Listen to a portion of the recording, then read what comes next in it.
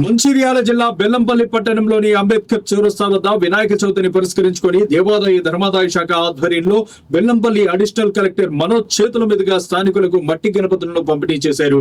అనంతరం additional collector మాట్లాడుతూ వినాయక చవితి ఉత్సవాల్లో భాగంగా ప్లాస్టర్ ఆఫ్ ప్యారిస్ ఉపయోగించి చేసిన గణపతుల్లో కెమికల్స్ ఉండటం వల్ల చాలా వరకు ప్రకృతిలో ఏళ్ల తరబడి ఆయా వ్యర్థాలు అలాగే ఉండటం వల్ల వాతావరణం నీరు కలుషితమవుతాయని, మనం మట్టి విగ్రహాలను వాడడం వల్ల మట్టి నీటిలో సులభంగా కరిగిపోయి మళ్ళీ మట్టిలోనే కలిసిపోతాయి కాబట్టి ప్రకృతికి ఎలాంటి ఇబ్బంది లేకుండా ఉంటుందని, అందువల్ల ప్రతి ఒక్కరూ మట్టి విగ్రహాలని వాడాలని పిలుపునిచ్చారు.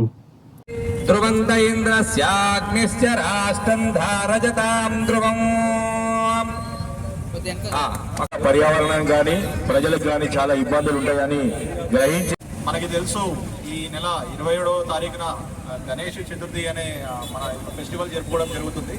ఈ పండుగ అందరూ కూడా కుటుంబ సమేతంగా సుఖశాంతులతో జరుపుకొని మంచిగా ఆయురారోగ్యంతో ఉండాలని కోరుకుంటున్నాను.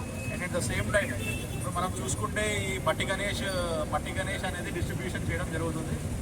అందరూ కూడా మట్టి గణేష్ని వాడి, ఎందుకంటే మనం నిమజ్జనం చేసేటప్పుడు ఈ ప్లాస్టర్ ఆఫ్ ప్యారిస్తో ఏదైతే మనం నిమజ్జనం చేస్తామో వాటి వల్ల వాటర్ బాడీస్ అనేవి కొంచెం ఇబ్బంది కలుగుతుంది. వాటర్ బాడీస్లో కెమికల్స్ కానీ అది కానీ మళ్ళీ ఆ వాటర్ బాడీస్ వల్ల మనమే ఎఫెక్ట్ అవుతాం.